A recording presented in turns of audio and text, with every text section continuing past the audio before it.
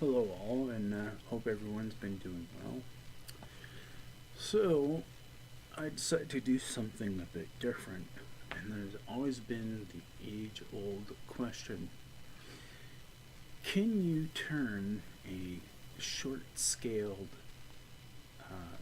Fender-style bolt-on neck guitar to a regular scale for that type of guitar? And it's been answered on forums and such, and so I got curious and decided to do so myself. So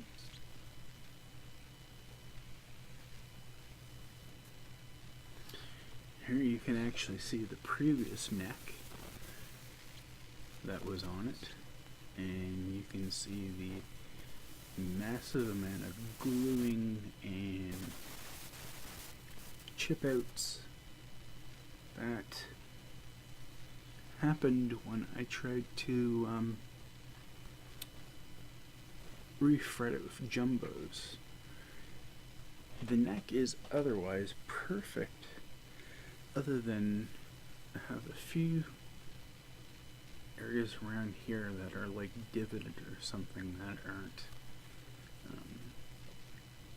focusing the note properly. So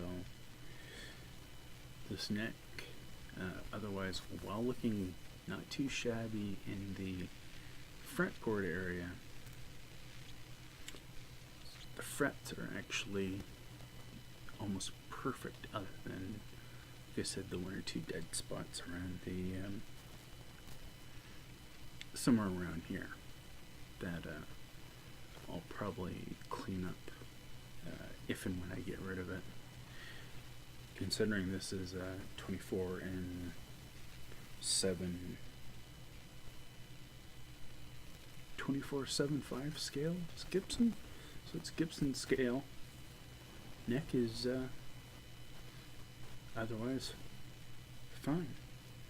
There's no issues with it, other than, like I said, had to grind on some of the edge of the rosewood.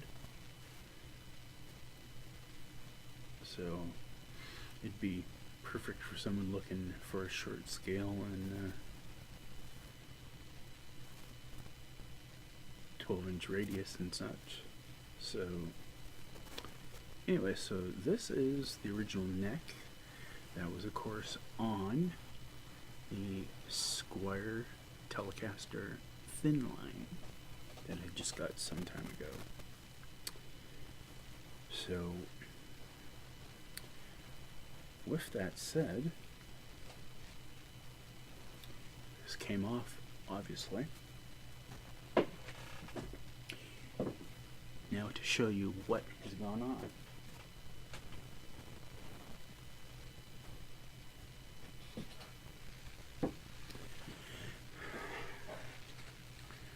So in this instance, yes, in the case of this Squier Telecaster thin line, I was able to secure a neck off of eBay for about, I think it was $43 shipped, and it now has a nice rosewood 22 fret. It looks almost like a medium jumbo, if that. They're not very big frets, but it's 22 frets. I think it's a 14 to 16 inch radius. Not 100% sure, even though I have actually checked on with 2 or 3 radius gauges. I actually had to take the heel down to bring it closer to the body as the original neck was in the pocket. And as you kind of preliminarily see, I had to also shape the headstock, which to look at it far away, it doesn't actually look too much off of the Telecaster, but when you look up close, you can see it's definitely not a proper Telecaster. I had to actually kind of cut it strange, had to shape the heel a little bit, and just so that nobody thinks I'm scamming or whatnot, I did put little initials there saying I basically called it like stubby knob edition, because the tip is very similar to a stubby knob beer bottle up here in Canada. So put all the tuners back on it, but pretty much everything is in place. Like I said, just slapped some wipe-on poly over it, set the neck back in place, and the neck is pretty much mint. So the only thing I've done since changing the neck over, other than fixing the level of the actual neck to the neck pocket properly, is basically just put the tuners on, set it up, and that's pretty much it. There's absolutely no issues with the neck, so other than having to carve the around here, curve around there, curve around the tip, it's pretty much the neck. It would be perfectly fine telly neck. So yeah, instead of my rambling on here, let me finish up by saying I've already got it all tuned up.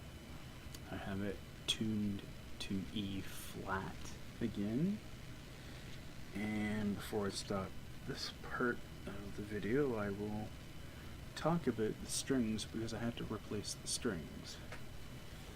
You can hear, with it being late at night, the air conditioning has kicked on because it's been hot where I am. So lastly, before I end this and do a little play sample of how it plays since actually changing over, couldn't get my hands on Fender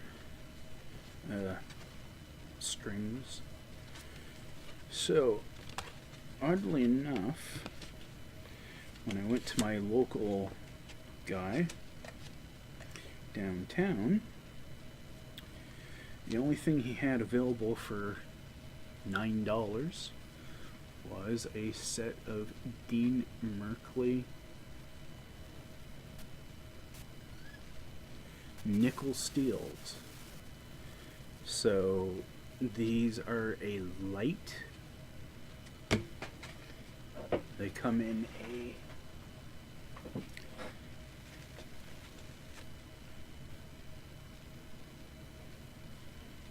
(9/42),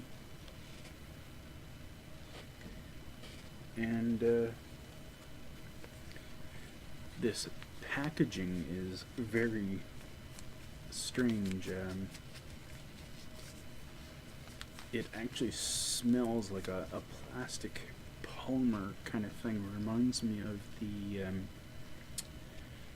the Flair baseball and comp cards of the early 90s.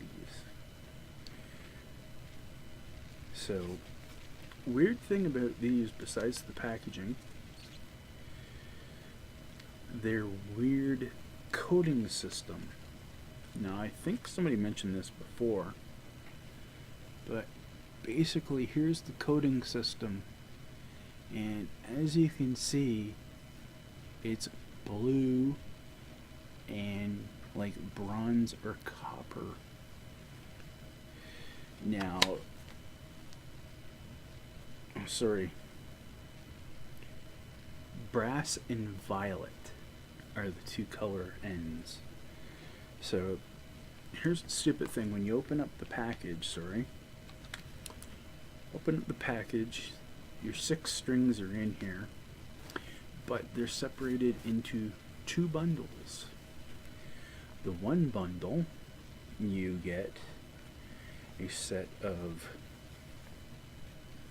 blue brass blue, which then makes it that your low E is a blue, your A is a brass, then your next blue is a D string. So it's kind of confusing how they've got this. Then in your second bundle, you have your remaining thin strings, which is gold in a brass tip, your B is a blue tip, and your high E is a brass tip. Now, to me, I found this pretty confusing because normally they're individually colored, or in the case of my always that I buy Ernie Ball Slinkies, they're always individually labeled. So I would have to say, so far, for how they have their strings packaged, the packaging I'd say is great. The sleeve thing that they kind of put it in, yeah. The only real kind of bonus so far as well too is they include 4-chord guitar karaoke app on Google Play and on Android and Apple, and basically they give you 1 month free of the app, so it's kind of a nice little bonus. Beyond that, from what I have noticed of the strings so far, they don't feel like anything special, but I will say they feel better than the D'Addario low-end strings that I've received on various guitars over the years. So with that said, I'm going to plug it in and play a few little licks and see how the guitar sounds now. Hope yous have enjoyed this video so far and like this nice little change up of things. And also as well, before I go into the playing segment, hope everyone has a great week and hope everyone is well. Catch yous later. Bye for now.